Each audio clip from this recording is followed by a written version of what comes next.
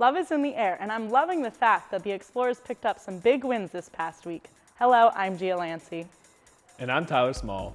Roses are red, Angus the Explorer is always looking fine. You're watching LaSalle TV's home for Explorer Athletics, SportsLine.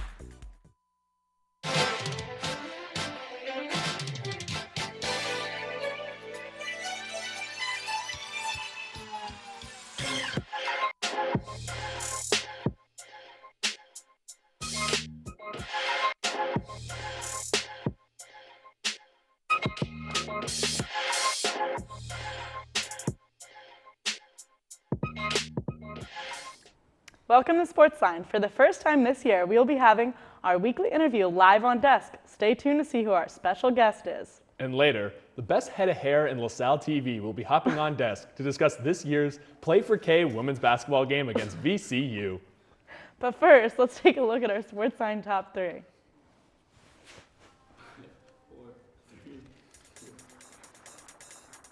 It might be February, and soccer has been over for 3 months now, but number 1 comes from the Philadelphia Soccer Six announcing their all-star and all-rookie teams this week, which featured LaSalle players.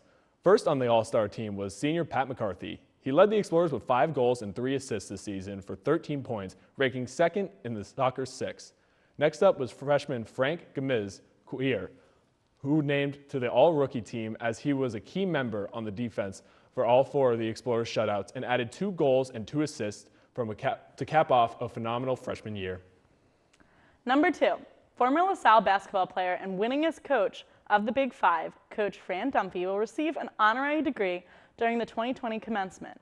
The university will honor Dunphy with a Doctor of Human Letters degree during the May 9th celebration. The former Penn and Temple coach is a fixture in the city's chapter of Coaches vs. Cancer and is an active member of the organization's National Council. As an Explorer, he was a part of the 1968 to 1969 Explorers, who won 23 out of 24 games and reached number 2 in the national rankings. The team was later inducted into the Big Five Hall of Fame. And number 3, the LaSalle softball team is gearing up for a 2020 season for its first annual Statathon to raise money for the programs. Family, friends, and students have the opportunity to pledge 1 or more donations based on different statistical categories for the season. There is also an opportunity for a one-time donation.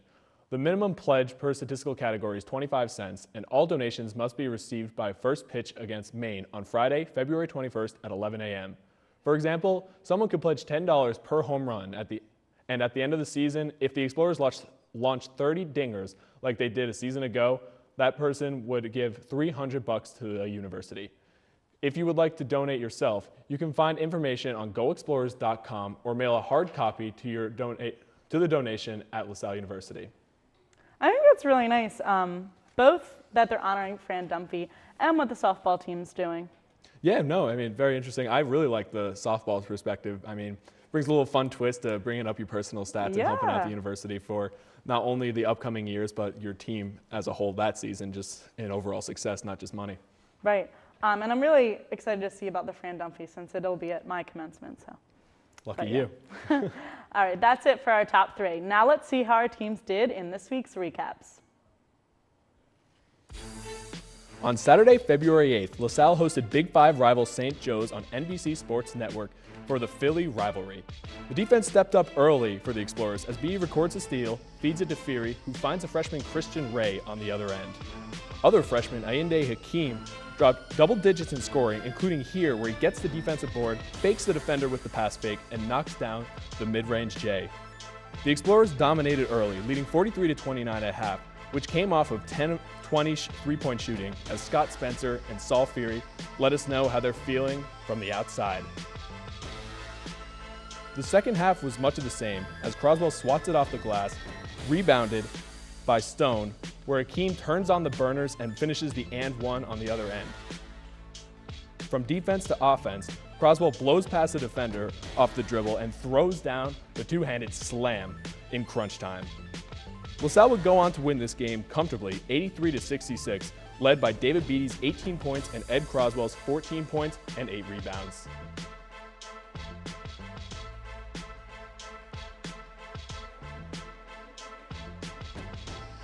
LaSalle then took on in the A10 Richmond Spiders. It was an unfortunate game for the Explorers. They started off with energy being only 2 points behind Richmond until Scott Spencer sinks a three to tie the game at 13. Both teams did not score for almost 4 minutes until Richmond went on to score 7 more points that gave them the lead. Ed Croswell gave LaSalle a better advantage and put them within 3. After half, the Spiders scored 24 points to give them a huge advantage. Richmond would go on to win by 27 points with a score of 74-47. Kenny would lead the team with 14 points and 2 steals, while Croswell ended his 6th straight game in double digits.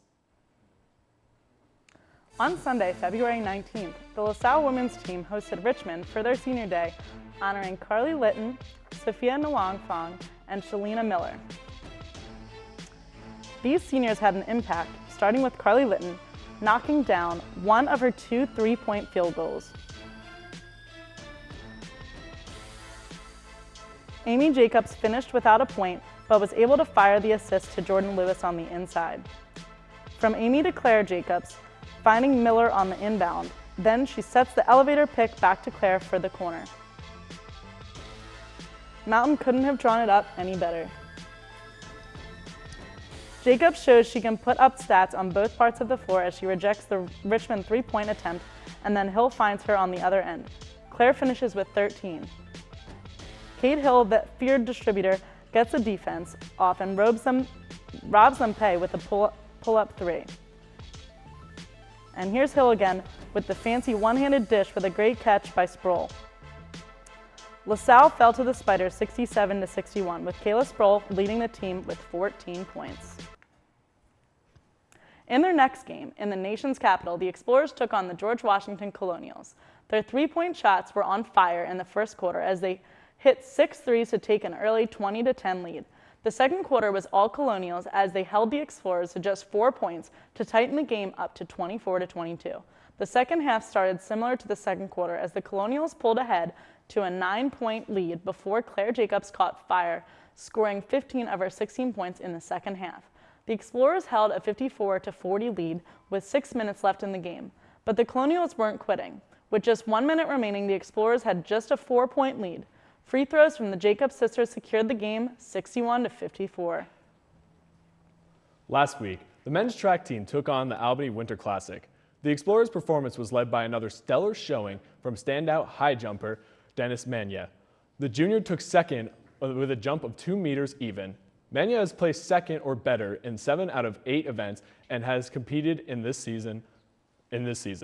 On the track, sophomore Chris Lewis finished 7th in the 200-meter dash in a crowned field of 83 runners with a final time of 21.92 seconds. Senior Darian Alston, 6.64-meter jump earned him 14th out of 49 jumpers. Women's track also took part in the Albany Winter Classic last week. The team had a mediocre showing, only by being saved by top 10 finishes from freshmen Olabisi Adams and Sammy Miller.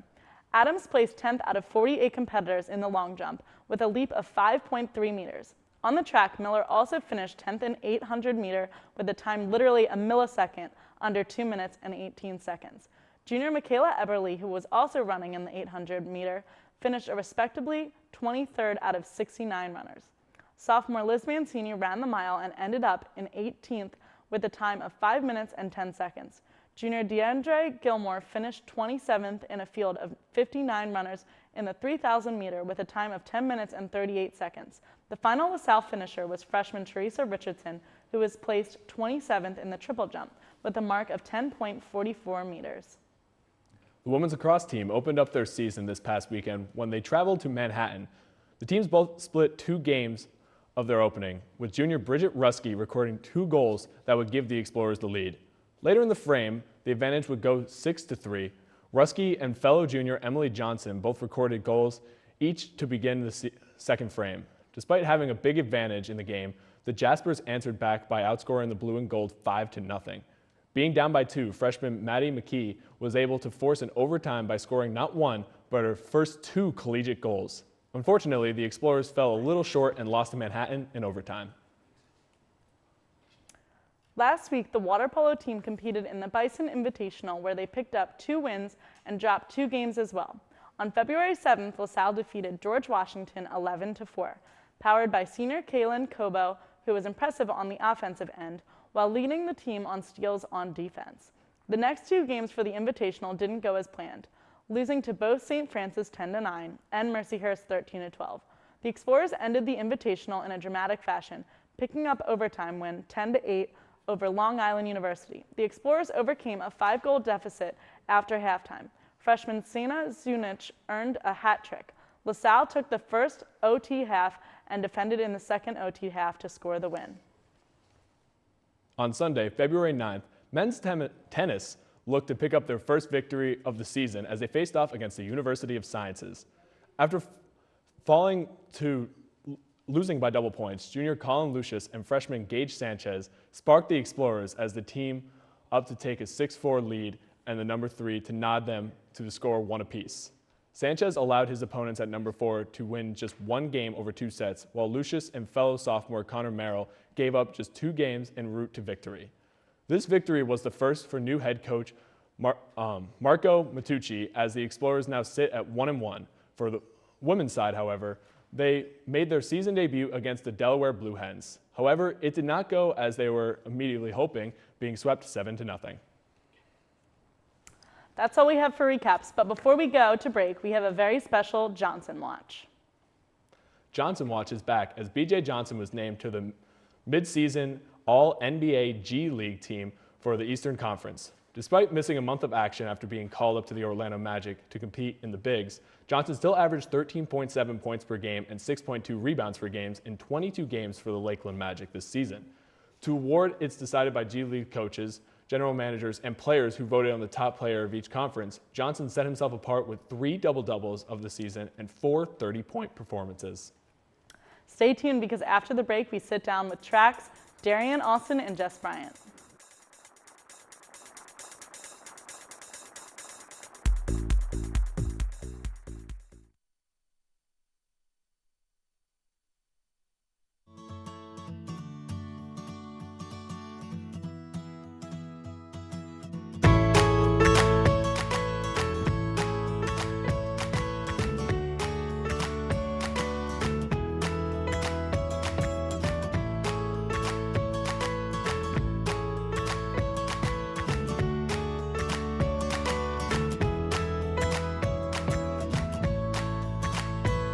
Sun of fire and beauty, destruction and life. Something so magnificent you can't even look at it. My sun of fire and passion, life until death. Something so magnificent you can't look away. Maybe because we don't look at the sun, we are afraid that we might not be able to let go of the beauty that just might end up destroying us. Hook to the double featuring on my mind. Return of the creature that crawled up from the subway line. You're always keeping me waiting, keeping me waiting for you.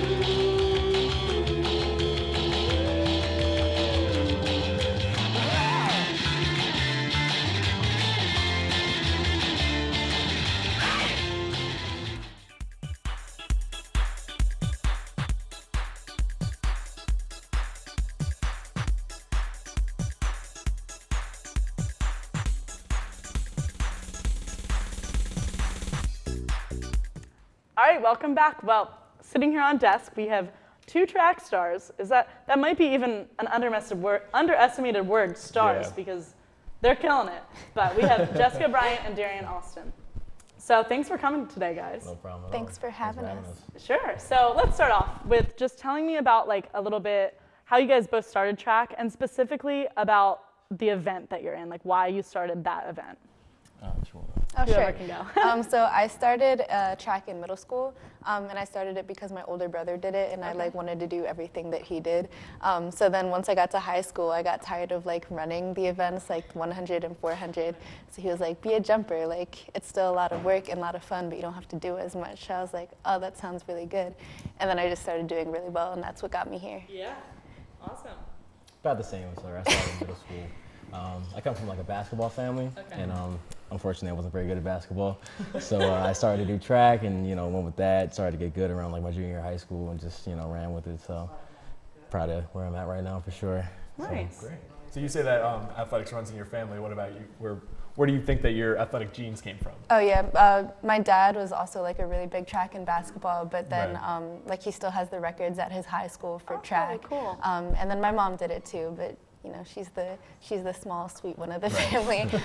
So then me and my brother both kind of got our athletic genes from our dad. Gotcha. Nice. So speaking of records, I mean, you guys both have more than one record set for the school record. So how did setting those records in your underclassmen years, or this was your underclassmen year too, right? Yeah, okay. Yeah, but how did those set you up for your upperclassmen years and give you a foundation for your upperclassmen years? Well, considering me, I transferred to Penn State and I was kind of struggling over there. You know, just coming here, I wanted to get a quick strike on, you know, just getting successful marks, and, you know, with a new team, I wanted to be more, you know, with the team and everything, and, you know, just wanted to be more successful in a more comfortable spot. You know, switching to LaSalle was a very, very, very, you know, successful switch for me at least. You know, I got, you know, more love from my teammates. I was more comfortable. I was, you know, more comfortable with track and field because I was kind of losing love for it a little bit sophomore year. So, you know, I'm glad everything worked out the way it did coming here. Great. So I'm excited for the outdoor season. Indoor season, you know, not as where I want it to be right now, but, you know, I still have the top mark in the A10. So, you know, it's just something I can work Can't with complain, right right? now. Yeah, can't complain at all. Can't Some complain at gentle all. bragging. Yeah. I like it. I like it. So what made you come to LaSalle? What made LaSalle stand out for you as a place you wanted to run that would revitalize your love for track and field? Well, I'm from Westchester, Pennsylvania, so like 50 minutes from here. My mom went to Drexel and she got her master's at Nova, you know, so Philly kind of runs in my blood. You know, figured give LaSalle a chance, you know, small school, you know, way smaller than Penn State, so I was kind of distracted out there for sure. Yeah. You know, and came here and everything just, you know, just switched around, so. Great. Cool. So since you guys are both upperclassmen, do you guys feel like you've taken a leadership role on the team? I can definitely say we have. This year it was especially a little bit difficult for the sprint jumps hurdle side of the team because our coach, Erica, she got a job offer at another school and decided to take it. And we're also happy for her, but for pretty much the entire first semester, we were kind of on our own, you know. Especially because you've been here all 4 years, so it was probably a really hard adjustment. Yeah, it was definitely so hard, and I'll always love Coach Erica. She was great, so I kind of just wanted to like take what she had built for us and kind of take it through that first semester, you know, keeping everybody encouraged, staying on top of everybody, make sure everybody was coming to practice. So it was a lot of work, but I feel proud of it. Awesome. Yeah. And do you feel like since you've only been here 2 years now? Yeah, 2 years. So do you still feel like you've taken a leadership role since you're an upperclassman? I like to leave it to Jess because she's been here all 4 years. I kind of still feel kind of new, but I'm kind of getting the flow with everything. So, you know, I may kind of lead somebody, and I may, you know, kind of, you know, leave it to her sometimes, leave it to other seniors. But, you know, I try to play a subliminal leadership role. You know, I like to leave it to them. So. Right. And I know you just made a comment about how the indoor track season's going currently, but which do you guys prefer, indoor or outdoor, for an entire season? Outdoor. Definitely outdoor. Outdoor. Really? Yeah. Indoor is just, it's like a practice for outdoor, because outdoor track and field is track and field itself. Like that's what people see from the Olympics and they see from, you know, the paper, newspaper and everything. It's like indoor track is just, to me at least, it's like a practice season, try to get you, you know, built up for the outdoor season. Right. Yeah, I agree. So like, let's actually talk about the event you do. So before you guys jump, what's like your mindset? Like, and like, are you watching your other competitors jump, or do you kind of totally block them out? So for me, I mean, jumping is like a really technical thing, more so than running, just because there's a whole nother element. Like we sprint down the runway, but then we still have a whole, like literally long jump or triple jump. So for me, what helps me is I always watch the person in front of me that goes, and then when I see the officials put up their mark, it's like, okay, well I have to beat that. And that's kind of what pushes me to jump farther and do better every time. Great, so I'll have a little senior-based question for you now. We mentioned earlier about your records, so you have the long jump school record, you have the triple jump school record. How much does that mean leaving from here? Is that going to be your number one thing that you remember here, or is it going to be the memories you made with the team? I'll let you guys answer. What are you going to take from the university? Honestly, it was, you know, with the record last year, especially coming from, you know, how I was performing at Penn State, it was a great relief that I still have love for the sport and I still have, you know, passion for it. And honestly, I'm still hungry. I mean, the outdoor record is I think 52 by Ira Davis from like 1950 something. So, you know, I'm trying to strive for that, trying to get healthy because my hamstring's been bothering me for a little bit. But, you know, on the upside looking now, so see how it goes. You got it. Good luck. Yeah, the records that I broke weren't as long standing. Like they were actually made by people that I was competing with my freshman and sophomore year still. So we kind of went back and forth for a while with, all right, you have the record this week, I'm going to break it next week. The one that I actually have now for outdoor long jump was when I won A10s my sophomore year. So that kind of like will always be my favorite moment so far until I win it again this outdoor. There you go. Yeah, that'll always be like probably my top 2 favorite moments.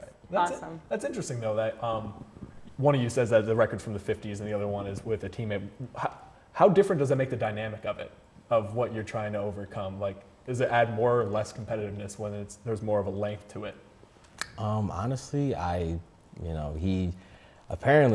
was an Olympian, and you know, it's just stuff like that that makes me like want to get going and kind of be like, oh wow, like I actually, you know, had the chance to compete, you know, had the similar marks in an Olympian, you know, back then. I know it's kind of different now, but still, it's just the thought of just, you know, competing with an Olympian kind of makes me feel good that I you know, accomplished what I wanted to accomplish in track and field, like break records and, you know, make a name for myself.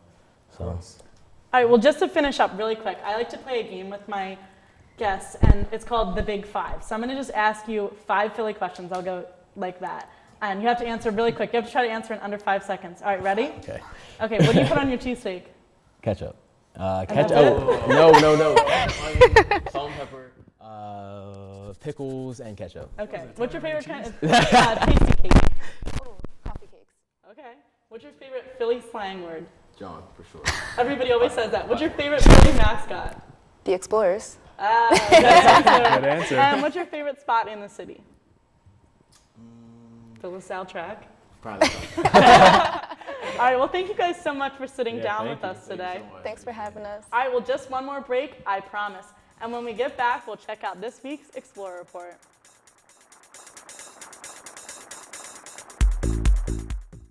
Kylie lost to an egg. An egg? An egg. How does a general lose to an egg? The internet's right. You know, there is a show for that. It's called Backstage Pass. See the new library plan? No, I haven't. Yeah, they're doing stuff in the library. Oh. In the library? The new library.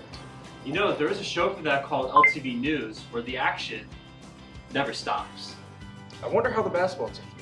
You know, there is a show for that called SportsLine. So are you a Carson Wentz or Nick Foles guy? More of a Nate Sutterfield team. Oh, really? Interesting.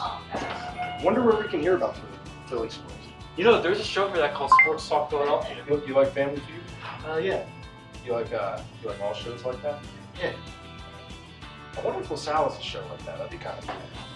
There is a show for that called Q&A.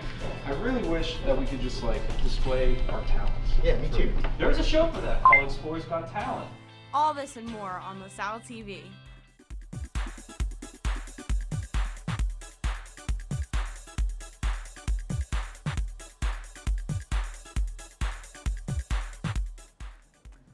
Welcome back. All right, we're going to welcome the best hair on campus, Sam Long, for this week's Explorer Report.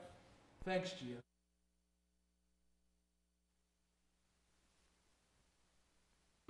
At the annual Play for K game at Tom Goal Arena. Coming off 2 wins and 2 losses, the Explorers hope for a win to improve their overall record to either 12-14 or 11-15, depending on the outcome of Saturday's game against St. Joe's. VCU is currently sitting at a similar record of 13-10. The last time these two teams faced each other was in January of 2019, with the Explorers losing 68-38. The Explorers are hoping to come in hot though, riding off the recent success of players Shalina Miller and the much-mentioned Jacobs sisters. The Explorers need to look out for VCU's guard Tara Reed and center Danielle Hammond, who are both averaging 15 and 11 points each a game respectively. A big key for the Explorers' success in this game will be for Shalina Miller to lock down Danielle Hammond defensively, and for the Jacobs sisters to match Tara Reed's output. Thanks, Sam. Thank you, Sam. Yeah, so I mean, I think it's going to be tough. I mean, I think that the girls have been pretty inconsistent lately, just with a few wins here and there and a few losses here and there. So what do you guys think? Well, in the past 4 games VCU and LaSalle played, they've played 4 of the 5 same teams. So they both played Richmond, George Washington, Fordham and George Mason. And VCU won 3 of those games and with 1 loss, and LaSalle went 2-2. So it's pretty similar against the teams they're playing. This isn't the same VCU team we saw last year. It's much more evenly matched. I don't think they're going to get blown out of the water, but I'm expecting a really close game. I don't think it's the same LaSalle team we saw last year either. So Yeah, no, definitely bringing in the Jacobs sisters will help with that. But yeah, you're right. I mean, VCU had a phenomenal January. They went undefeated, and then coming off of the George Washington game, LaSalle just beat them on the road. VCU struggled and lost by 2 points at home against them. So that's going to be a little bit of difference of opinion. But the big player I need to see in this is Amy Jacobs. We always talk about Claire. She's averaging 13.3 points per game. But Amy, in her last 5 games, is averaging under 6 points per game. They really need her productiveness to go up, especially because, as you mentioned in the highlights of before, she had 0 points in that home matchup. So yeah, Jacobs is going to be huge. So a few assists. But yeah, I agree. Yeah, so it'll be definitely a big one. Also, Kayla Sproul, who has been hot lately. She's averaging 13 points per game in her last 7, including that 24-point huge dropping right there. So that was going to be big for them. And then Jordan Lewis, of course, 7.8 points per game is going to be a big key contributor, along with Kate Hill, who's actually been heating up lately. She has 5.4 assists per game in her last 3. So I think that they're definitely on the up. I mean, they had such a tough December, January, beginning of January. So, and I really think that they did change their mindset. So I'm hoping that it's a big one. But all right, well, let's go to picks. So I picked LaSalle to win, actually, 72-67. Yeah, I also had a close one. I think LaSalle is going to take it at home. But we'll have to see. Sam, what about you? I took VCU winning this one, 58-40. I'm the only positive one that looks like. But again, I really think that see. they're on the up. So we'll see. All right, who do you guys think are going to be some key players for this? For LaSalle. Yeah, well, I mean, Shalina Miller's just been such a defensive powerhouse these past few games. Big parts she just needs to lock down. Yeah, you're 100% right. I agree. All right, well, that just about wraps it up for us this week. If you can't make it out to see this week's Explorer Report, be sure to tune in next week for our coverage. Keep up with this weekend's other sporting events by visiting goexplorers.com or check out this week's edition of The Collegian. Also, check us out on Facebook.com/LaSalle TV. And for Sam and our SportsLine team, I'm Gia Lancey. And I'm Tyler Small. Thanks for joining us, and we'll see you at the game.